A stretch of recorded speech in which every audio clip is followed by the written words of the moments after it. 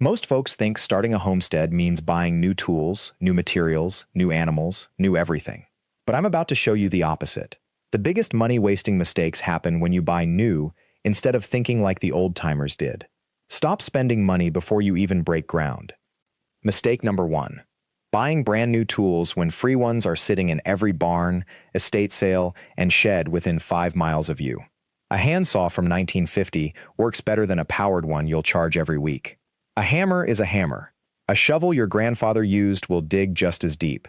But new homesteaders walk into a box store and drop $2,000 on a tool collection they'll use half of, and the old tools that could have been free end up in a landfill. Here's the real cost. That $2,000 tool investment could have been $200 if you learned to hunt for vintage hand tools. An estate sale, a farm auction, your neighbor's barn. That's where the real equipment lives. You want to know why? Because nobody threw away tools that worked. They threw away the things that broke. Mistake number 2. Buying packaged soil and compost when your best garden amendment is sitting in your own kitchen right now. Coffee grounds, eggshells, vegetable scraps, leaves from fall. That's better than anything bagged. A proper compost pile needs absolutely nothing from a store. You build it yourself, wait 4 months, and you've made $50 worth of premium garden soil cost you zero. But new homesteaders drive home with 50 bags of potting mix when they could have spent one afternoon building a bin and let nature do the work for free. That's hundreds of dollars a year going straight to the landfill in plastic bags. Mistake number 3.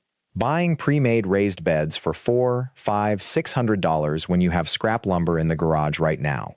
A raised garden bed is 4 boards and some screws, free wood from a construction site, reclaimed barn wood, old fence rails, all of it makes perfect beds.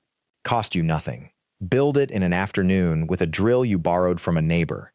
But instead, families pay $600 for a bed that a 10-year-old could build for $30 in materials. And here's what kills me. That expensive bed is made of treated pine that'll rot in 6 years. The barnwood? 50, 70, 100 years old if you treat it right. You're paying premium money for something worse than what's free. Mistake number 4. Fencing. An average family spends $3,000 to $4,000 on a fence installation, material and labor. But a fence is just post holes, posts, rails, and wire or boards. Posts cost $15, rails cost $30, wire is 20 cents a foot. The labor is your own 2 hands and maybe a neighbor's help on a Saturday. A 400-foot perimeter fence might run you $400, $500 in materials if you buy new. If you source reclaimed materials, old pallets, salvage wood, you're looking at $100, $150. But the pro charges $3,000 because people haven't been taught that they can do this themselves. Mistake number 5. Buying feed when you can grow it. Corn for your animals, grain for your chickens, scraps from your garden. That's where their food comes from. A small grain patch, maybe a 1/4 acre, will give you corn for the whole year. But most new homesteaders never think to grow feed. They just add another expense to the list every single month. And the old-timers knew this. Every farm had a grain patch, a corn patch, a place where you grew what your animals ate. It took maybe 5 hours a year of work once it was planted, but it cut feed costs in half or better. Mistake number 6. Water systems. You don't need a fancy well, a pump, an electric system, a hand pump, a gravity-fed system, a rain barrel. All of it costs almost nothing compared to what utilities charge. A hand pump is $40, $50 used. A gravity system is PVC pipe and time. Rain barrels are recycled food-grade drums, free or $5 each. But new homesteaders think they need to drill a well, run electric, install a whole infrastructure. Meanwhile, the Amish families next door hand pump their water, rainwater their gardens, and their water bill is zero. Mistake number 7. Thinking you need to start with expensive animals. A milk cow costs $1,000, $2,000, but backyard animals that'll give you real food, rabbits, chickens, a single goat, cost $50, $100 each. Rabbits give you meat, fur, and fertilizer. Chickens give you eggs forever. One goat gives you milk, cheese, and brush clearing. A new homesteader buys expensive livestock and starves trying to feed it. Start small, prove you can manage the work, then add more. Your first investment should be 5 hens, not 50 head of cattle. Mistake number 8. Not valuing your own labor as free. The old way is to do the work yourself. You build the fence, you fix the roof, you repair the shed. A roofer charges $200 an hour. Your time is free when you do it yourself. But new homesteaders see a problem and immediately call a professional, burning money that should go to the land.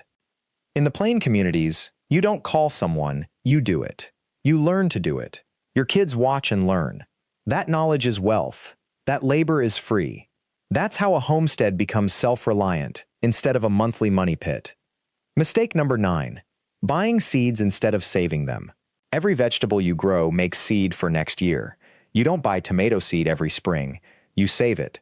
Beans, lettuce, squash, herbs, all of it seeds itself if you let it. But gardeners buy seed catalogs every winter and order hundreds of dollars worth when what they need is one afternoon per plant to collect and dry seed. 3 generations of Amish gardeners use seeds from their own soil. They don't own a seed catalog. They own the memory of what they grew last year. Mistake number 10. Thinking you need electricity. Solar panels, batteries, inverters. That's thousands of dollars. But the Amish run farms with no electricity at all. Hand tools work. Ice houses keep food cold. Candles and oil lamps light the work. Root cellars stay cool naturally. The moment you think you need power is the moment your costs go up and your independence goes down. I'm not saying never use electricity. I'm saying don't assume you need it to start. Learn to work without it first, then add what actually helps you. Most new homesteads could run fine on a small solar system if they understood the work that way, instead of trying to power a house built for grid electricity. Mistake number 11. Not learning to preserve food. Canning, drying, smoking, root cellaring, these skills cost almost nothing and solve the entire storage problem.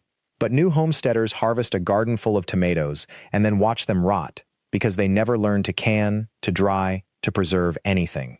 The Amish cellar is full of last year's harvest come February. Your harvest goes bad in September because you didn't take 1 week to learn something you could have mastered in a day. Mistake number 12. Thinking you have to farm alone. The old way is community. Barn raisings, harvest help, tool sharing, knowledge trading. But new homesteaders try to build an island of self-reliance by themselves. You burn out. You fail at things you didn't know to ask about. You reinvent wheels that your neighbor already knew how to fix. Find your neighbors who know. Help them with your hands. Let them teach you. Trade your work for their knowledge. That's not weakness. That's how homesteading actually survives. The family that tries to do everything alone makes 10 mistakes. The family that asks makes none. So here's what I want you to understand. The biggest money-wasting mistake a new homesteader makes is thinking that starting a homestead is about buying new things. It's not. It's about learning to see value in what's already here. Old tools, scrap materials, knowledge from your elders, the free labor of your own hands, and the willingness to ask for help.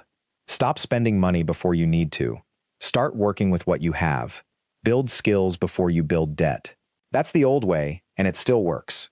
Thanks so much for watching. If this spoke to you, hit that subscribe button, give the video a thumbs up, and tap the bell so you never miss a new upload.